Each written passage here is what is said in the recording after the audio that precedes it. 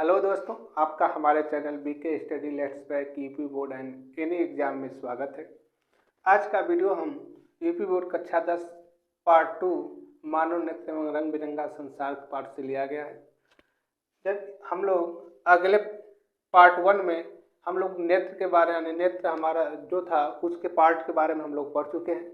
इस भाग में हम लोग मानव नेत्र द्वारा प्रतिबिंब का बनना पढ़ेंगे। वहीं नेत्र लेंस की फोकस दूरी, मानव नेत्र की समंजन क्षमता और मानव नेत्र की दूर बिंदु तथा निकट बिंदु के बारे में पढ़ेंगे।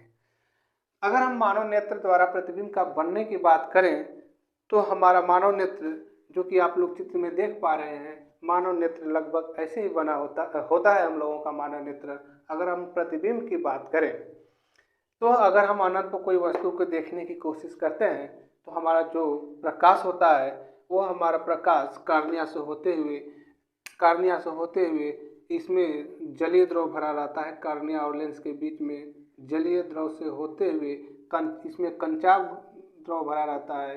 कंचाव द्रव से होते हुए रेटिना पर जाके बनती है।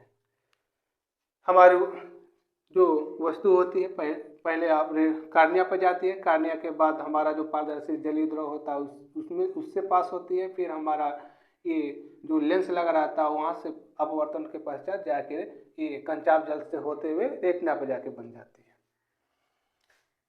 है। ये जो हमारा प्रतिबिंब बनता है, क्योंकि हमारे आँख में वो लेंस जो लगा है, हमारा लेंस जो है उत्तल लेंस है। आँख में उत्तल लेंस लगे होने के कारण जो हमारा प्रतिबिंब है हमारे रेटिना पर उल्टा बनता है।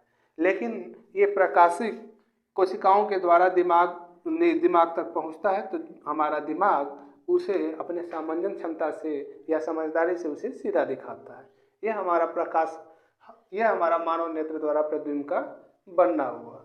अगर हम नेत्र लेंस की फोकस दूरी की बात करें तो हमारा जो आँख का गोलक होता है, मानव नेत्र का जो गोलक होता है, उस गोलक का जो मध्य बिंदु होता है, आँख का गोलक का जो मध्य बिंदु होता है उसे हम फोकस दूरी कहते हैं।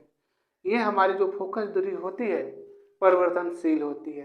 परिवर्तनशील होने का मतलब ये है जब हम वस्तु को, अगर हम दूरी पर अनंत पर रखी वस्तु को देखते हैं तो यह हमारी फोकस दूरी जो होती है अपनी सामान्य स्थिति में होती है। जब हमें पास वाली वस्तु को देखना पड़ता है तो पास वाली वस्तु को देखने के लिए हमारी जो प्रकाश होता है उसे हमें सिकुड़ना पड़ेगा। सिकुड़ने के लिए हमारी जो फोकस दूरी हो जाएगी उसे कम होना पड़ेगा ताकि हमारी जो प्रतिबिंब बने रेटिना पर बन जाए। तो ये हमारा रहा नेत्र लेंस की फोकस दूरी। अगर हम नेत्र लेंस की फोकस दूरी की बात करें तो हम लोग नेत्र लेंस की फोकस दूरी में ये सीखे कि जो हमारे मानव नेत्र का आँख का गोलक होता है उसका मध्य बिंदु, लेंस से मध्य बिंदु जो होता है वही फोकस दूरी होती है। ये परिवर्तनशील होता है, अर्थात किसी वस्तु को देखने के लिए अपनी लंबाई को घटाता बढ़ाता रहता है। समंजन क्षमता की बात करें तो समंजन क्षमता में आप कह सकते हैं जैसे हम प्रकाश में जाते हैं किसी वस्तु को देखने के लिए हमें कम प्रकाश की जरूरत पड़ती है, अर्थात हमारे जो लेंस होता है वो छोटा हो जाता है, कम प्रकाश का अपवर्तन करता है, जिसके पश्चात हमारा रेटिना पर जाकर प्रतिबिंब बन जाता है, जिससे में वो वस्तु दिखने लगती है। अगर वहीं हम अंधेरे में आए तो हमारी मांसपेशियाँ जो होती हैं हमारी लेंस को खींच लेती हैं, तो लंबी हो जाती हैं। लंबे होने के कारण ज़्यादा प्रकाश की जरूरत पड़ेगी तो हमारा लेंस जो होगा वो बड़ा हो जाएगा।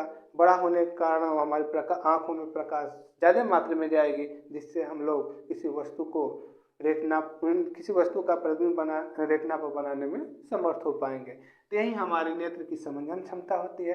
अर्थात आप कह सकते हैं हमारी नेत्र की जो समंजन क्षमता है, लेंस का किसी वस्तु को देखने के लिए घटने बढ़ने की जो क्रिया होती है वही हमारी समंजन क्षमता होती है। अगर अगले हम बिंदु की बात करें तो अगला हमारा पॉइंट बिंदु है मानव नेत्र की दूर बिंदु तथा न्यूनतम बिंदु।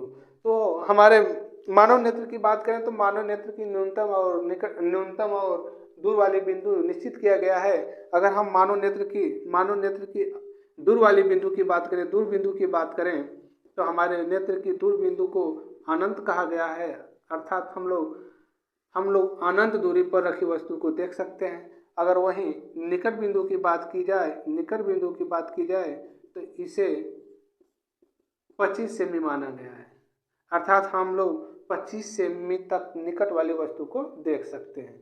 और कहने का हमारा मतलब ये है, किसी स्वस्थ मनुष्य के आँख की जो अनंत दूरी होती है वो अनंत होती है, वहीं स्वस्थ मनुष्य के आँख की जो निकटतम बिंदु होता है वो 25 सेंटीमीटर होता है। 25 सेंटीमीटर के नज़दीक आएंगे तो आप किसी वस्तु को स्पष्ट रूप से नहीं देख पाएंगे। आप लोगों को वीडियो कैसा लगा? अगर वीडियो पसंद आया तो लाइक, सब्सक्राइब और शेयर करना न भूलिएगा और कमेंट बॉक्स में जरूर लिखिएगा।